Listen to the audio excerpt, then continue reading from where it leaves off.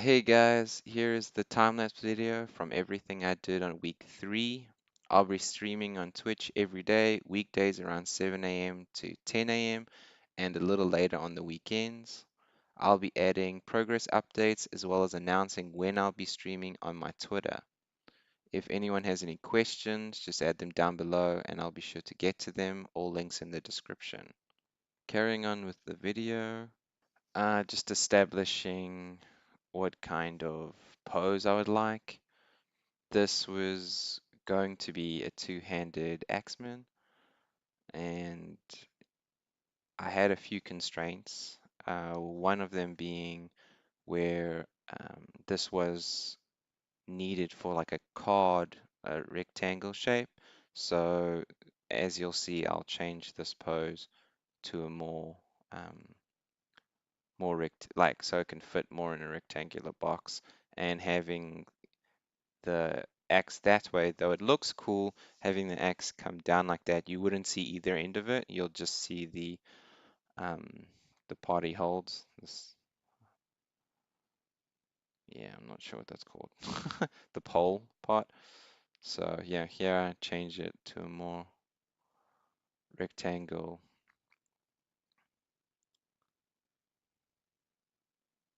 like yeah, rectangular, like pose that can fit in a rectangular shape. Which does prove a little difficult because I want to show action, but also have this like constraint, which is it's difficult to do sometimes. When you draw poses that are so upright, they often look very stationary, and they work well with poses that they're like looking into the distance or just standing there. It works obviously, but when you're trying to add action or movement, it's very difficult. Movement especially is a lot easier to show when the character's tilting, he's off balance. That does help with showing if he's like being pushed backwards or running forwards. But anyway, here I got a pose that I kind of liked, and the cape helped with movement as well as making the silhouette a little more interesting and adding like a triangle shape into the gesture, which is nice.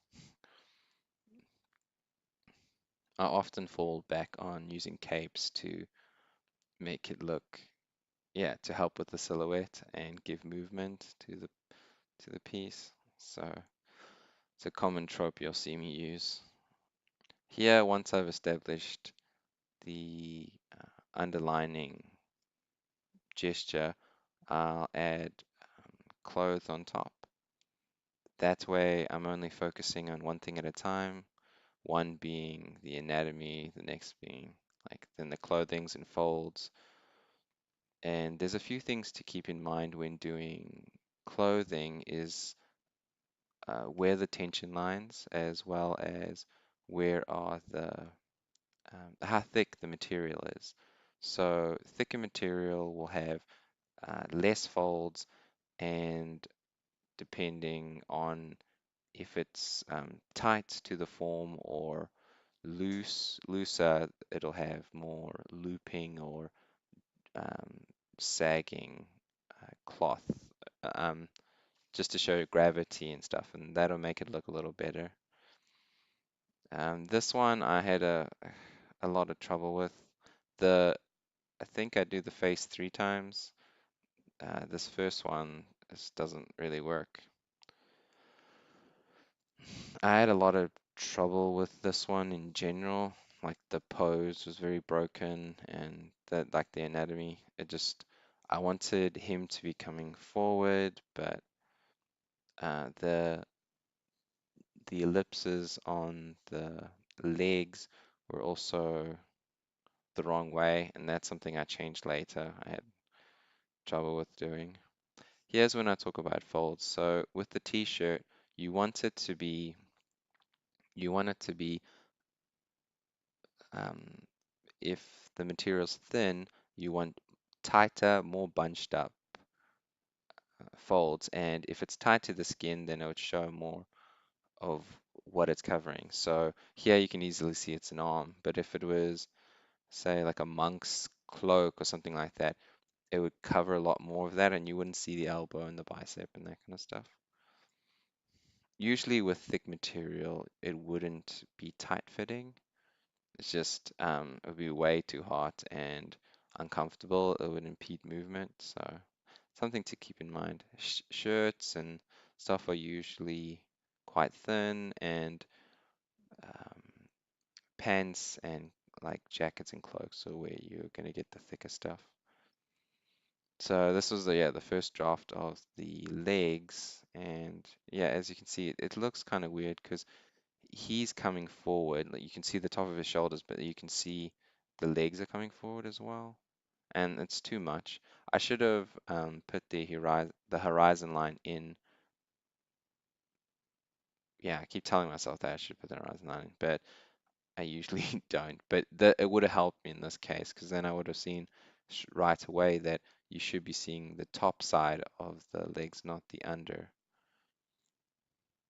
Yeah, it really messed up because you can see the top of the arms as well, and the arms are coming like at an angle if the legs were much further back.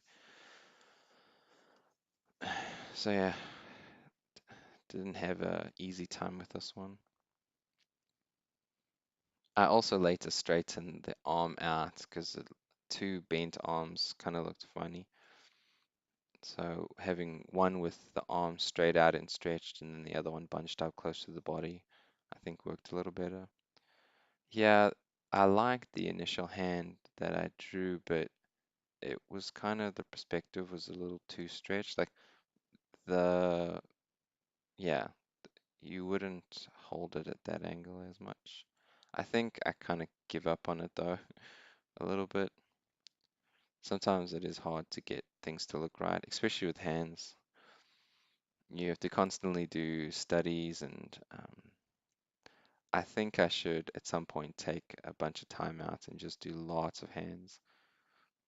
I did that a while back, and that really helped um, give my hands like a feeling of actually looking like hands instead of um, like weird tubular scribbles. And that's been a long time, so I should get back into it. Or just in general, do more concentrated studies where you try to find the mechanics and the underlying shapes and how they turn and move. It's always very useful. And concentrated studies, you retain a lot more of the information than if you would do small ones here and there. Yeah, this is the second or third iteration of the face here, and this was starting to look a bit better. I think I took some time out and did some studies just to help me out. And the nice thing, like this is like the third go over with line work, so that's quite a bit. But the benefit of that is having an underdrawing, though yes, it has problems, but I can at least not worry about what the character's wearing, but just worry about how all the shapes are reading and if things are coming forward and or receding, how it looks, how the ellipses will um, turn towards you, like foreshortening, all that shit. You can think about less things, so it makes the task a lot easier.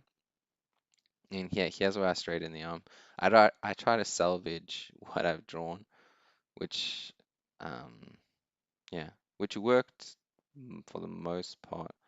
I think might have been a better idea for me to just redraw it, but at this time I had already spent so long working on the sketch that I felt I should just try to save it.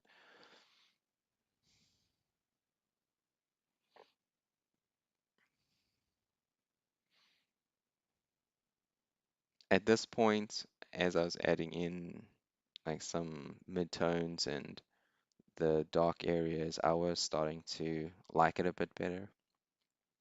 Till till this point, I was really struggling with it and having a hard time. I don't think this turned out great, but it at least I was able to finish it at a level that I was at least happy with and able to move on.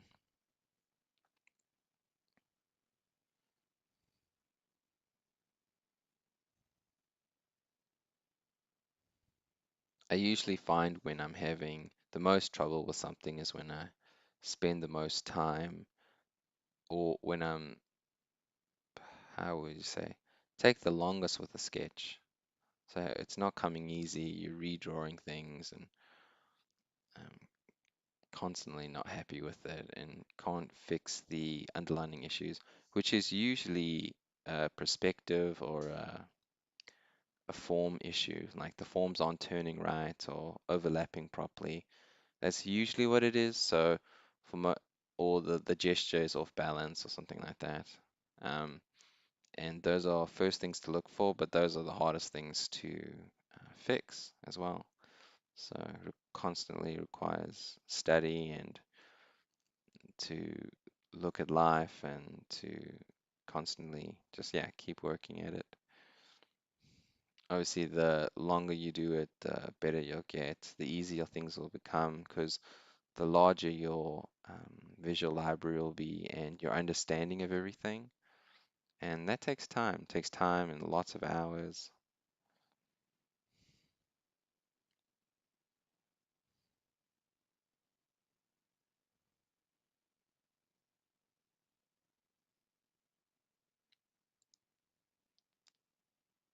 So yeah, just adding value, trying to.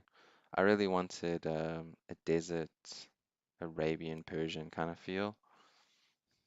Um, I try to, with all these characters, give them a very distinct cultural background. Jesus, can't talk. Um, just to make it more interesting. And I know this is like I'm doing like a fantasy project uh, with lots of fantastical kind of monsters and stuff like that. But it's nice to and fun to do characters that would fit in certain cultures. And it doesn't have to be 100%, but even a little bit of referencing of a culture will make your designs and everything look more believable and more interesting, rather than have everyone look like they're dressed from like an English um, or like English or European um, 14th to 16th century. Like that's kind of where they all the fantasy clothing and everything comes from.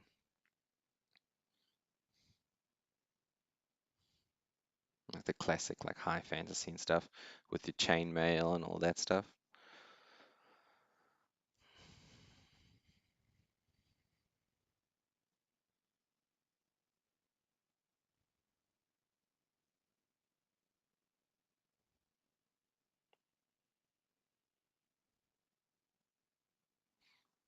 Here I'm just trying to make the shadows work and make it a little bit readable.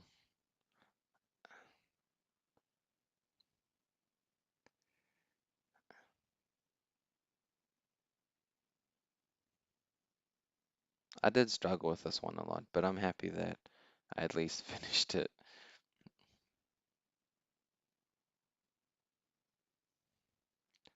When in doubt, darken the boots and the legs. Have like a as it goes from the head to the feet, just let your values get darker, and that way it looks like it's actually standing on a ground surface. If you have it where it's light on the feet and dark as you're going up, it'll that will be due to lighting, but that's a lot harder to pull off usually. So yeah, good rule of thumb, just darken it as it goes down and adding some larger solid blacks and a shadow on where the feet, like a shadow around the feet from like where your direction of light is going and stuff like that will, yeah, all help it look like it's actually standing on a ground plane, which is hard to do. A lot of the times if you don't get your perspective right, or you don't um, you don't get the angle of the way the legs are going, it can either look like one leg is just shorter than the other, or you guys floating on tippy toes. So yeah, some easy tricks.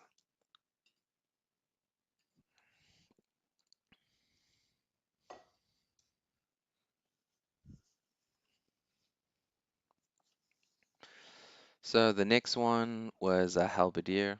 I went pretty quick through this one, and this is one of my more favorite ones out of I think the 7 or 8 characters I did. I didn't really come into any issues, and I was more familiar with um, this guy's outfits, and yeah, it was a lot of fun to do. And at this stage, I was doing a lot of monsters and uh, yeah, like a lot of monster type things. So it was cool doing like a character. It's hard making a cape lopsided without making it look like you just messed up the perspective. Something I always struggle with. Like you can do a lot of cool things with capes, and some people really know how to pull it off, but I'm not one of those people. So I fool around with it quite a lot.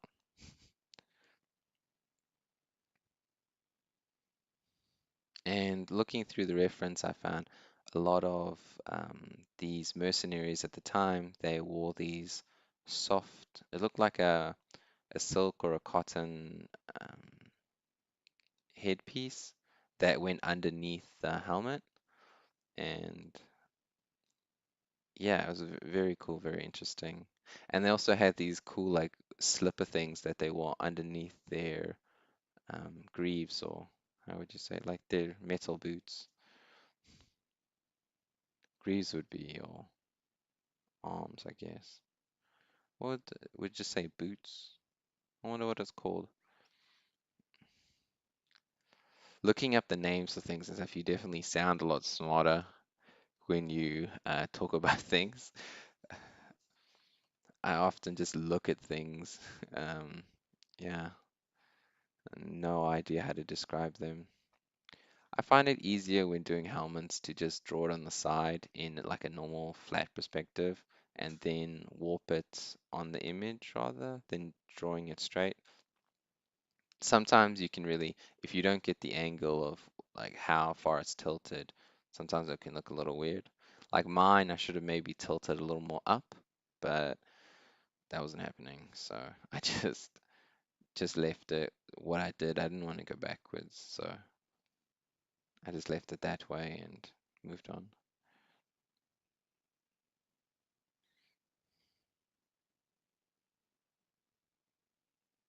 I think, yeah, this one was like 2 or 3 hours faster than the previous one, and I feel a lot stronger. And but the pose is a lot more simple. It's like straight on. The your horizon line's a little tilted, like a little lower than usual. But other than that, it's very standard, easy pose. And so yeah, I shouldn't have expected any difficulty, but it was nice after having so much trouble with the last sketch to just work on something that was a little easier.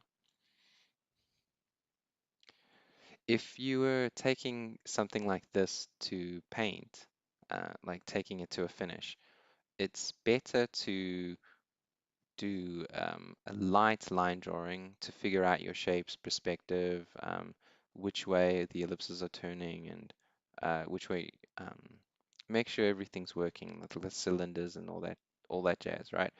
And then do your darks on a separate layer and don't do any midtones, because when you paint it, um, you need the dark information will help, and you don't want to redo it. So it's no point adding that onto the fine line drawing or the lightly initial one. It's no point in adding it to that because you want to take that away and switch off the line drawing at some point.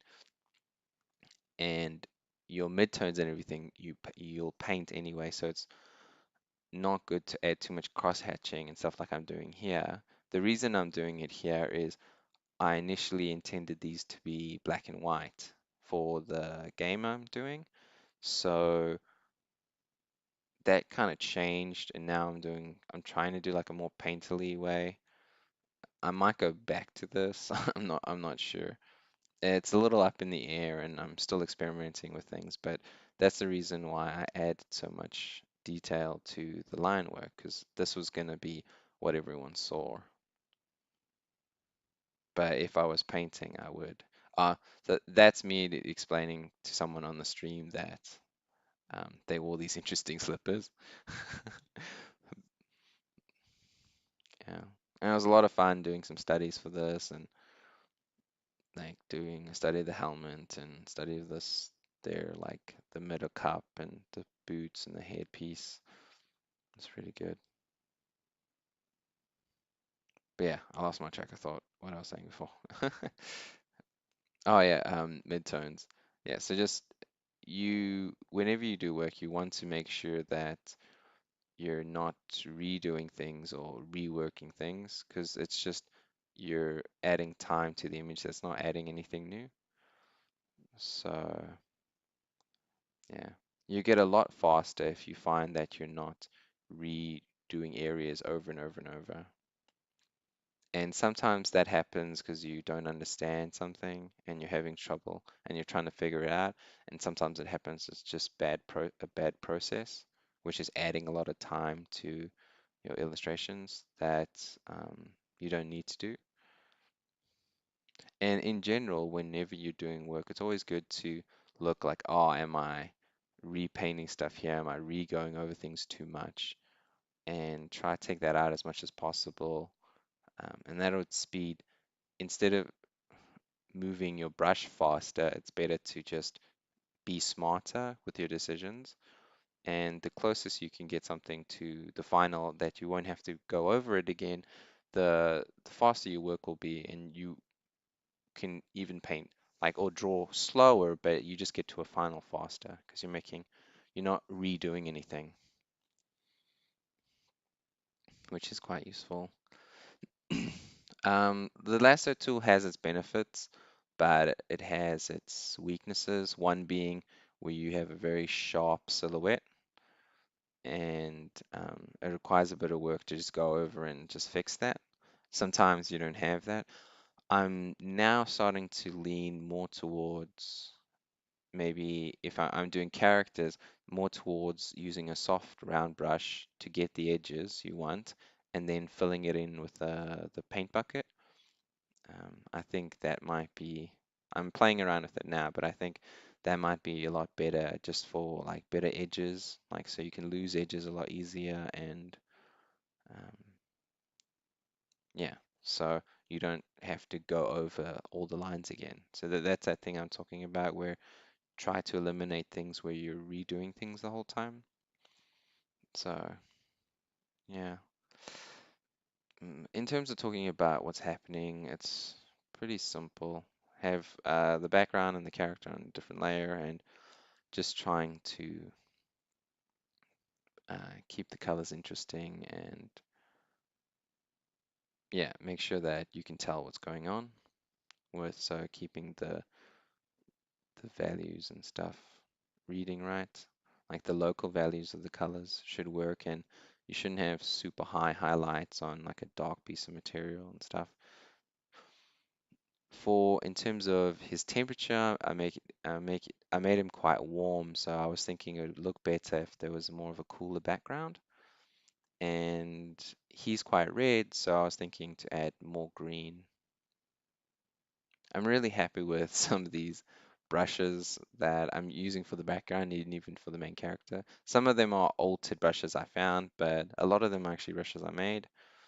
And I made them for I was eventually going to get around to doing environment work, and I made them for that.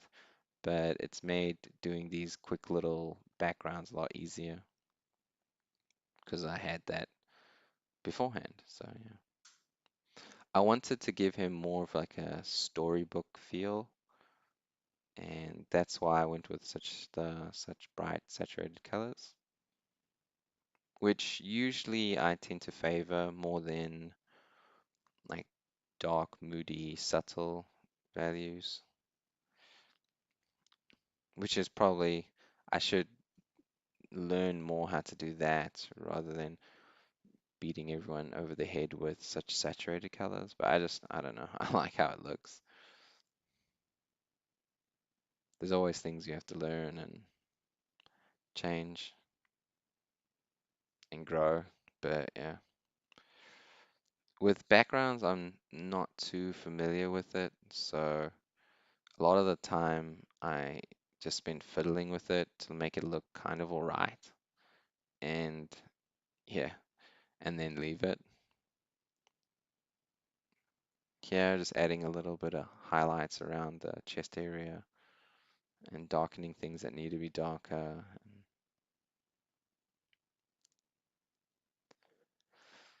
just to give it a more finished look.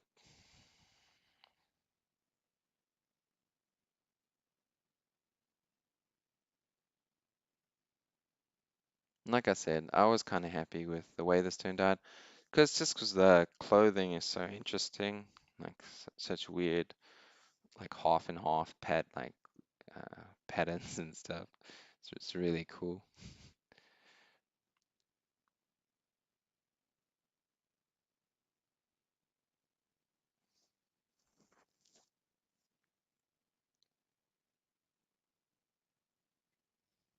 An easy way to do metal is metal reflects its environment quite a lot because it's quite reflective. It's like a mirror, obviously. So depending on how reflective you want it, it will depend how much the environment it affects. But if you're just doing like a s- like a dark, semi-shiny, like it's rusted and pitted, like helmet or breastplate, it's easy to do if your environment's warm, then the gray, the mid-tone gray will be warm. If the environment's cool, then the mid-tone gray will be cool. Now, so you have that, and then you do a cool lighter tone on the top of it, and that'll be like the fill light, and then add harsh, like add um, very hard like edge speculars over the top, and that's an easy way to just get some metal.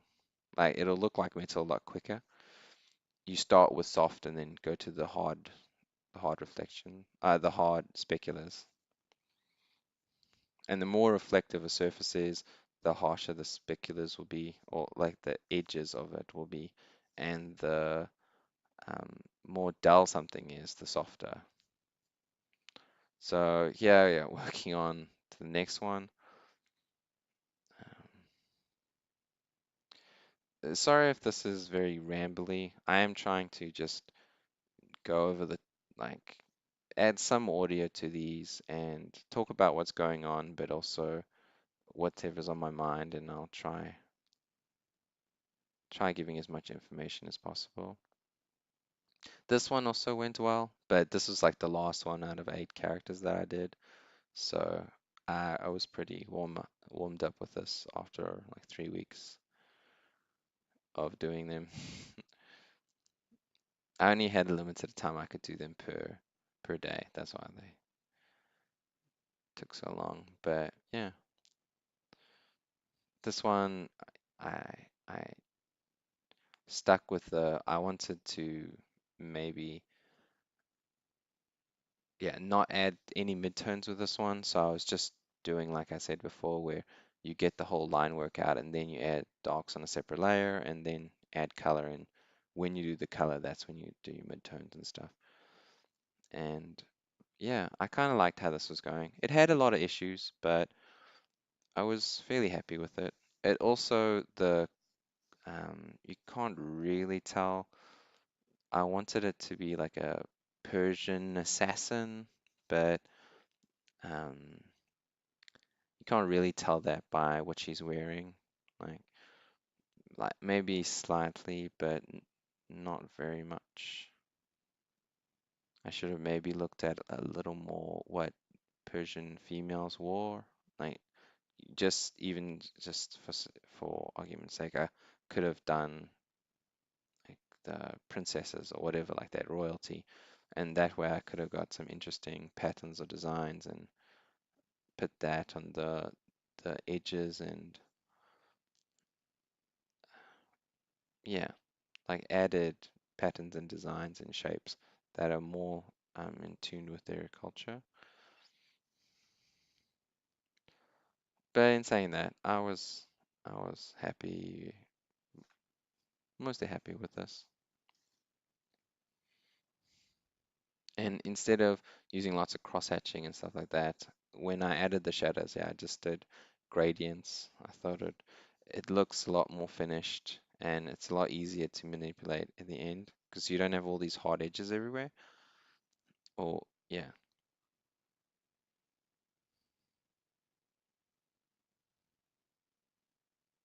when going, um, I did decide to, when I finished these, I did decide that I'll redo all of them. And reason being, I think I should have made them more worked within their actual um, the actual shape of what they would be finally, and then I can actually see um, like pose it right in the composition and make it fit, and add a lot more action and tension to it, rather than these standing poses that later I'll put on like a card.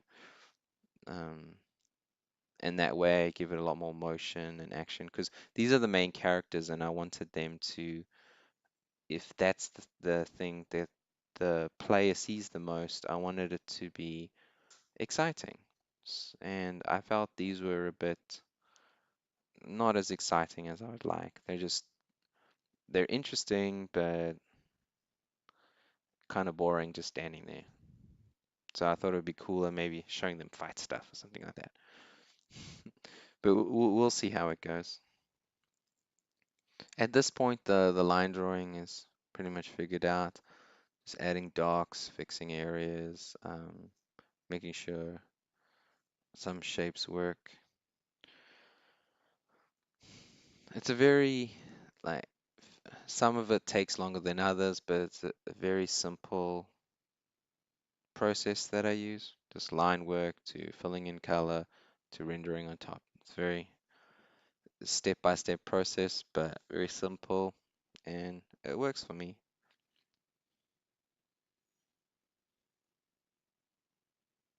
The first pass I did with color of this, I made it look very fantasy-ish, like very D&D like, and that's not really what I was going for. Like, I like the use of color and stuff, but I wanted her to be an assassin, and I didn't really feel that fit. So I ended up changing it, as you can see, to a more dark, more like a dull color. So still keeping some color, but like not making it all black, but at the same time not making her look like a hobbit, like the colors of like what hobbits would wear. I had fun doing this background. That's probably why I spent a bit too long on it. But yeah, it was cool. I think after this point, so I work on the background to get it looking semi alright, and then I add like a rim light and some rendering to the face. In all characters or any illustrations, the first place people look a lot of the time is the hands and the face. So it's always good if you don't have a lot of time to dedicate a large portion of the time on those two things. It's easier with hands just as long as you get the silhouette right and where the shadows would be, like how the fingers look. Also the gesture of hands, so if you get the gesture right, um, they're a lot easier to pull off. And the face, yeah, just takes a bit of time. And if you render those two things or you make them look all right, then the piece looks a lot more finished than it would be. You can come to a finish a lot sooner.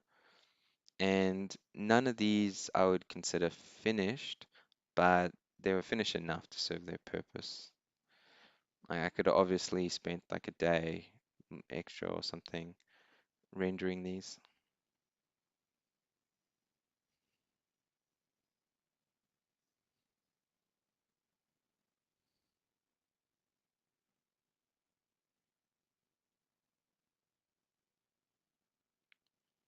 And yeah, I think at this point, yeah, so I think this is my third pass at that hand. I was really having trouble with it. I think at the first time around I did it, the first time I did it, I just tried it from memory. Second time, I think I was using my hand to try help me. Third time, I think actually it was the next day, and I actually just looked up reference and tried to get something to help. So, yeah. In the end, I think I just kind of gave up with it. I was like, oh yeah, that looks fine, and then left it.